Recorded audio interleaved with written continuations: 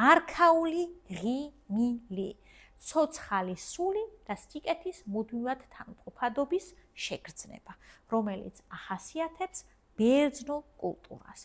და ამ დროიდან ადამიანი თავისი ჰარმონიულობით, თავისი ესთეტიკით მთავარ ადგილს იკავებს კულტურაში.